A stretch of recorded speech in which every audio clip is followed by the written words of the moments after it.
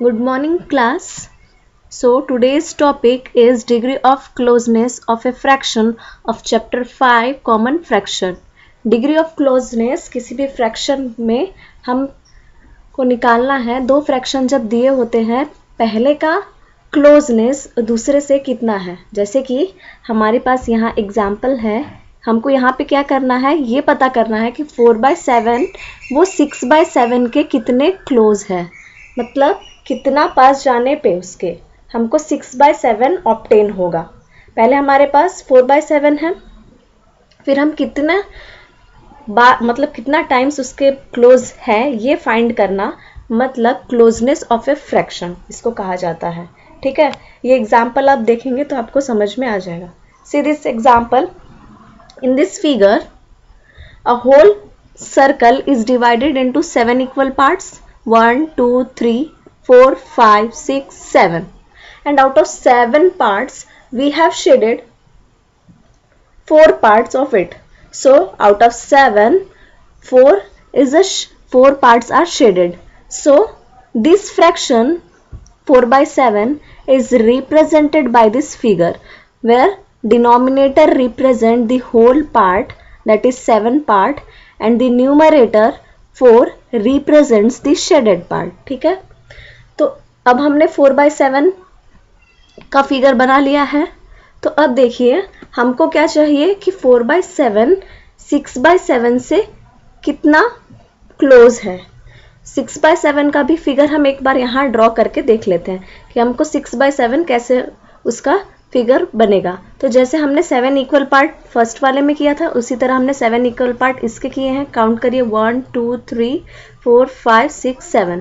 Okay, and we have to represent 6/7 in this circle, so we will shed 6 part of it, so the numerator is 6 and denominator is 7.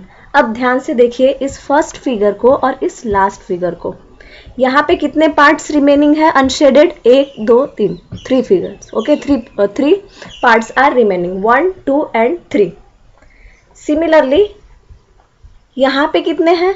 बस 1 part remain है. ठीक है, तो देखिए 1 part remain है और यहाँ पे 3 है, तो हमको कितने बार शेड करना पड़ेगा? 2 बार शेड करना पड़ेगा एक लाने के लिए. फर्स्ट टाइम हमने शेड किया, तो कितने बचे हैं अनशेडेड पार्ट? 2 है अनशेडेड. फिर नेक्स्ट टाइम जब हमने एक और पार्ट शेड कर दिया तो हमारे पास अनशेडेड एक ही बचा है, मतलब हमको 6/7 मिल गया है. देखो हमने पहले शेड किया तो ये कितना पार्ट था? एक पार्ट का मतलब क्या होता है? 1/7.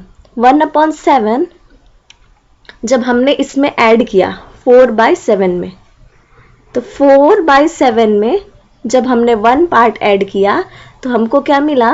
1/7 पार्ट ऐड किया तो 5/7 मिला. नेक्स्ट पार्ट में similarly we added 1/7 part in 5/7. So 5/7 plus 1/7 is nothing but 6/7. So we got 6/7 by shading 2 parts. Okay, or we can say 2 times. In first time we got 5/7 and in second time we got 6/7. So how many times we shaded this figure? 2 times. So the meaning of this is that we shaded 1 time to get 5/7 and shaded for the second time to get 6/7. So now what we will do? We'll add this. Just let me tell you. See this figure. Now ये हमने figure से देखा, इसी को हम अब लिख के देखेंगे. When we will add 1/7 to 4/7, what we will get?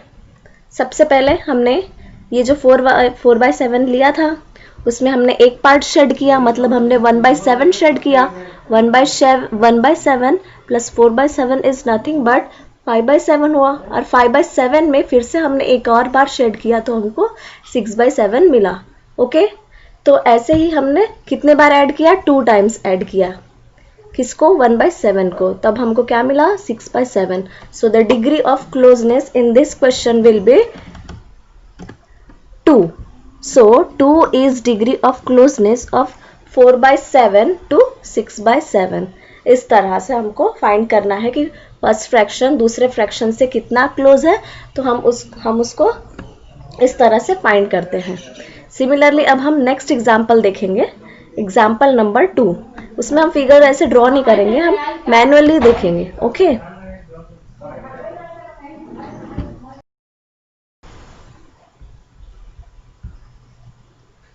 Next example, find degree of closeness of 5/6 with 1/2। अब हमको 5/6 1/2 के कितना क्लोज है ये फाइंड करना पड़ेगा। मतलब हमको इनडायरेक्ट वे 5/6 को कन्वर्ट करके देखना है कि कितने बार हम उसमें ऐड या सब्ट्रैक्ट करेंगे कि हमको 1/2 मिल जाएगा। सो देखते हैं स्टेप नंबर 1 में, आइदर हम इसको ऐड करेंगे या तो हम उसको सब्ट्रैक्ट करेंगे। तो देखिए हम 5/6 को 1/2 लाने के लिए क्या कर सकते हैं, अगर हम इसमें से 1/6 पार्ट इसका सब्ट्रैक्ट कर दें तो हमको क्या मिलेगा। देखो, subtract 1/6 from 5/6, what we will get 4/6। Okay, again when we'll subtract 1/6 from 4/6, what we'll get 4/6 minus 1/6 is nothing but 3/6. Now see students, 3 and 6 both are divisible by 3, so when we'll divide it by 3, what we'll get 1/2. So how many times we subtracted 1/6 from this fraction 5/6? First time we subtracted 1/6, we got 4/6. Similarly, second time when we subtracted 1/6 from this 4/6, what we got 3/6, which is nothing but 1/2. So 2 times we subtracted 1/6 from this original fraction, so we subtracted 1/6 2 times. So degree of closeness of 5/6 with 1/2 is 2. Got it? Now next example, to get more clarification of this topic. So moving towards this third example, is 5/16 closer to 1/2 or 1/4? We have to find whether 5/16 is closer to 1/2 or 1/4. मतलब इसका meaning ये है कि 5/16 जो fraction हमको दिया है वो 1/2 से ज़्यादा क्लोज है या 1/4 से ज़्यादा क्लोज है। ये फाइंड करने के लिए हमको ये देखना पड़ेगा, अगर नंबर ऑफ टाइम्स इसमें ज़्यादा लगते हैं, जैसे 3 बार हमको करना पड़ रहा है ऐड या 3 बार सब्ट्रैक्ट करना, और इसमें मान लो एक ही बार हमको ऐड या सब्ट्रैक्ट करना पड़ेगा, तो ज़्यादा क्लोज किसके होगा, जिसमें हमको कम स्टेप्स फॉलो करनी पड़ेगी। जैसे एक ही बार में या 2 ही बार में हो जा रहा है तो उससे ज़्यादा क्लोज रहेगा। तो एक फर्स्ट टाइम हम फाइंड करेंगे कि 5/16 1/2 से कितना क्लोज है। सेकेंड टाइम हम फाइंड करेंगे कि 1/4 से 5/16 कितना क्लोज है। तो फर्स्ट स्टेप में हम क्या करेंगे, first we will add, let us find the degree of closeness of 5/16 to 1/2. 1/2 से कितना क्लोज है वो हम फर्स्ट स्टेप में फाइंड करेंगे। तो उसके लिए हम क्या करेंगे, ऐड करेंगे। ठीक है, यहाँ पे 16 है, आप इससे भी सोच सकते हैं, जब डिनोमिनेटर में 16 है उसको अगर 2 बनाना है, ठीक है, तो हम देखते हैं 16 2 टाइम्स में किसके टेबल में आता है, 8 के टेबल में आता है। तो अगर हम न्यूमरेटर में 8 लाएं तो और डिनोमिनेटर में 16 ही रहेगा।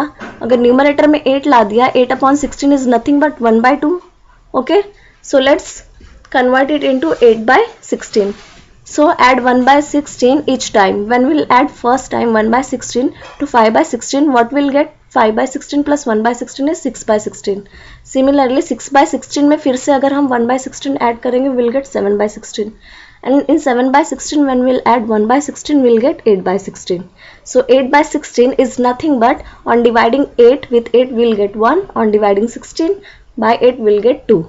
So this is nothing but 1/2. So how we obtain 1/2? After adding 1/16 each time. 3 times we added 1/16 to this 5/16. So degree of closeness of 5/16 to 1/2 is 3. Okay.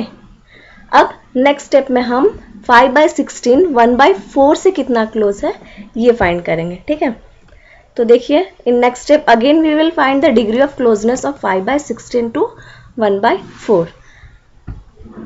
For that अब देखिए यहाँ पे हमको इसको 4 में कन्वर्ट करना है। वी नो दैट 4 के टेबल में 4 टाइम्स में आता है 16, तो हम यहाँ पे अगर 4 कर देंगे न्यूमरेटर में और डिनोमिनेटर में 16 रहेगा तो वो 4 से कट जाएगा। ठीक है, 4 से डिवाइड हो जाएगा फुली। तो हम यहाँ पे 4 लाने के लिए हमको क्या करना पड़ेगा, न्यूमरेटर में 1 सब्ट्रैक्ट करना पड़ेगा, पर डिनोमिनेटर हम सेम रखेंगे। Okay, so let's do it. For that we need to subtract 1 by 16. So 5 by 16 minus 1 by 16 is nothing but 4 by 16. So 4 by 16 is divided by 4 in both numerator and denominator. So in numerator 4 divided by 4 1, in denominator 16 divided by 4 is 4. Degree of closeness of 5 by 16 to 1 by 4 is 1. Okay.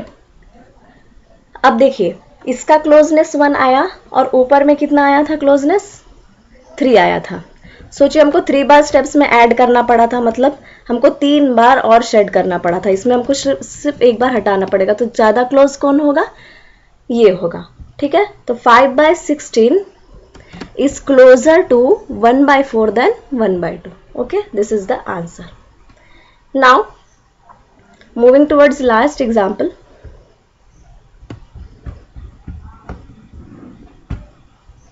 हमको ये find करना same 5 by 8 is closer to 3 by 4 or 1 by 4. Same step we will do here. What we need to do is let's find the degree of closeness of 5 by 8 to 3 by 4. 3 by 4 से हम पहले degree of closeness निकालेंगे. ठीक है. उसके लिए हम क्या करेंगे? देखिए अब यहाँ पे 8 है और 5 है. हमको 8 को 4 में कन्वर्ट करना है, मतलब हमको 2 के टेबल से ही इसको कुछ डिवाइड करना पड़ेगा. तो देखिए जब 2 के टेबल में 8 4 टाइम्स आता है तो हमको ऊपर 3 लाने के लिए 6 करना पड़ेगा. तो 6 करने के लिए हमको 1 ऐड करना पड़ेगा. तो so what we will do, add 1 by 8 to 5 by 8. So when we will add 1 by 8 to this fraction 5 by 8, what will get 6 by 8. 6 को डिवाइड करेंगे 2 से एंड 8 को भी डिवाइड करेंगे 2 से, तो हमको क्या मिल जाएगा? ये हमारा फ्रैक्शन दैट इज 3 by 4. तो हमने एक ही बार 1 by 8 ऐड किया है तो डिग्री ऑफ क्लोजनेस क्या हो जाएगी? 1 हो जाएगी. अब हम डिग्री ऑफ क्लोजनेस 5 by 8 की किसके साथ निकालेंगे? 5 by 8 की 1 by 4 के साथ निकालेंगे. तो 1 by 4 सिमिलरली यहाँ भी देखिए 8 को 4 में कन्वर्ट किया है. ठीक है. तो 4 में कन्वर्ट करने के लिए, और यहाँ पे न्यूमरेटर में हमको क्या चाहिए? न्यूमरेटर में हमको 1 लाना है, मतलब यहाँ पे 2 चाहिए.